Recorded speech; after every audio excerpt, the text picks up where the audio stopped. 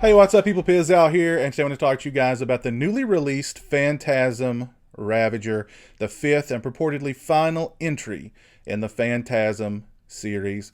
Now, I've really not had the opportunity to discuss the Phantasm films in depth on this channel, aside from the Blu-ray releases. But I really like the Phantasm movies. The original Phantasm, I think, is a bona fide classic. I love Phantasm 2. Phantasm 3, I think, is okay. Phantasm Oblivion, I don't remember very much about. But the thing that I loved mostly about those films is how ambitious they were. How, despite them having small budgets, they didn't impede on the fact that they had big ideas.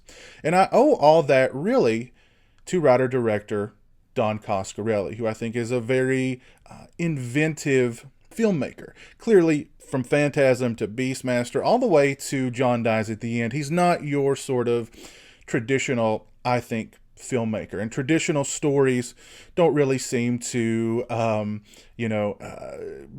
seem desirable to Don Coscarelli. And I've always dug that about him as a director. If you're going into a Don Coscarelli movie, you know you're going to see something different, something unique.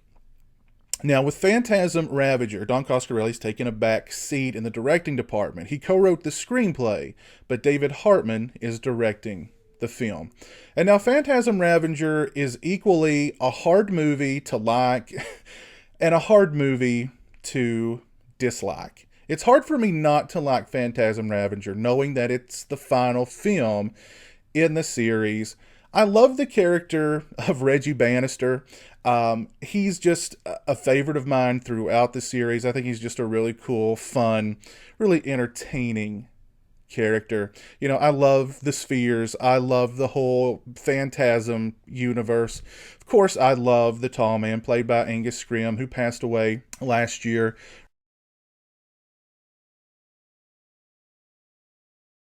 Rest in peace. It was great seeing him play the tall man for the final time.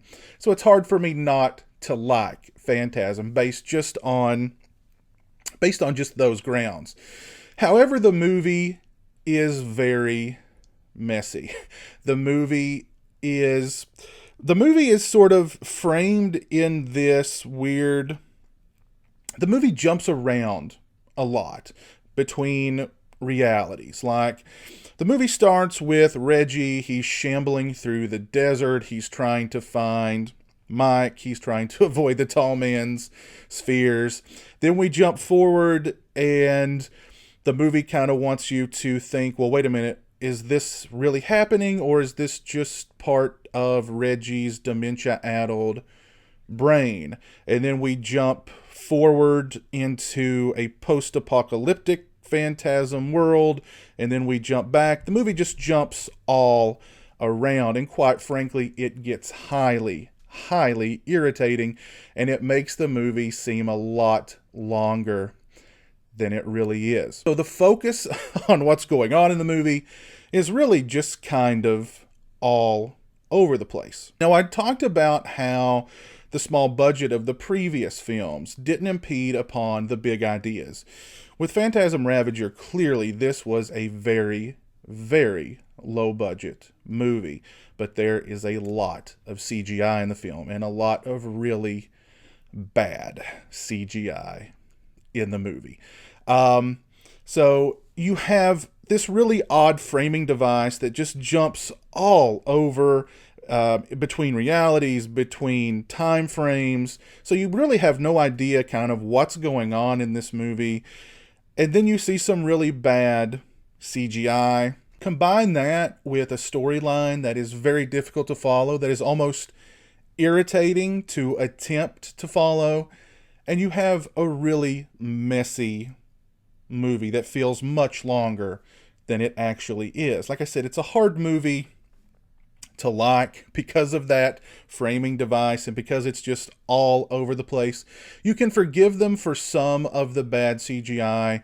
There's some really interesting sequences that take place in this post-apocalyptic world where there's just the little, the hooded little troll creatures running around everywhere. The cities are on fire. Above the ruins of the cities are these giant spheres, which I think is a really interesting idea and a really interesting just visual as well. But the kind of CGI that's required to make that look good, this movie did not even remotely have the budget for, and it comes out looking really bad.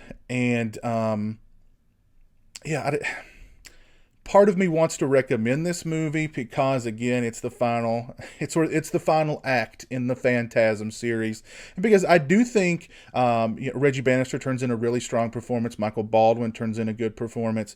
It's great to see Angus Scrimm play the tall man one final time, although he's really not in the movie that much.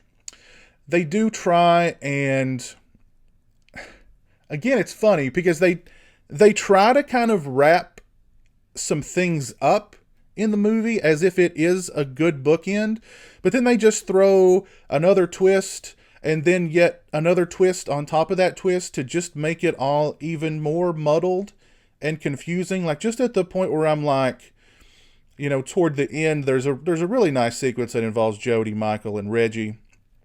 And I was like, okay, this is the perfect way to kind of close the series out and close this movie out on kind of a high, almost heartwarming note, as if this movie were a love letter really to the fans of the Phantasm series. And then they throw a twist and then a twist on the twist as if to kind of troll you, to go, this is Phantasm. You know what I mean? We can't make this kind of make sense, nor do we want to. I don't know.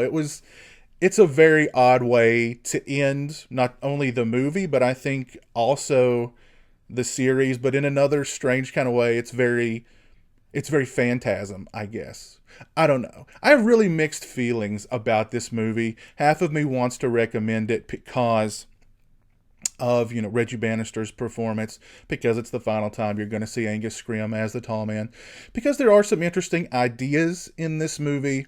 Part of me doesn't want to recommend it because I think it's just kind of a mess.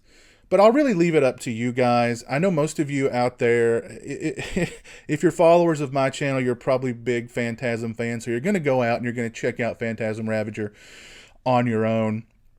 And if you do, please let me know what you think of it in the comment section. If you've already seen Phantasm Ravager, please let me know what you think of it in the comments section below. If you liked the video, please leave it a thumbs up. If you're not following me on social media, those links are in the description. They're also right around here somewhere. As always, thanks so much for watching. Take care, and until next time, peace.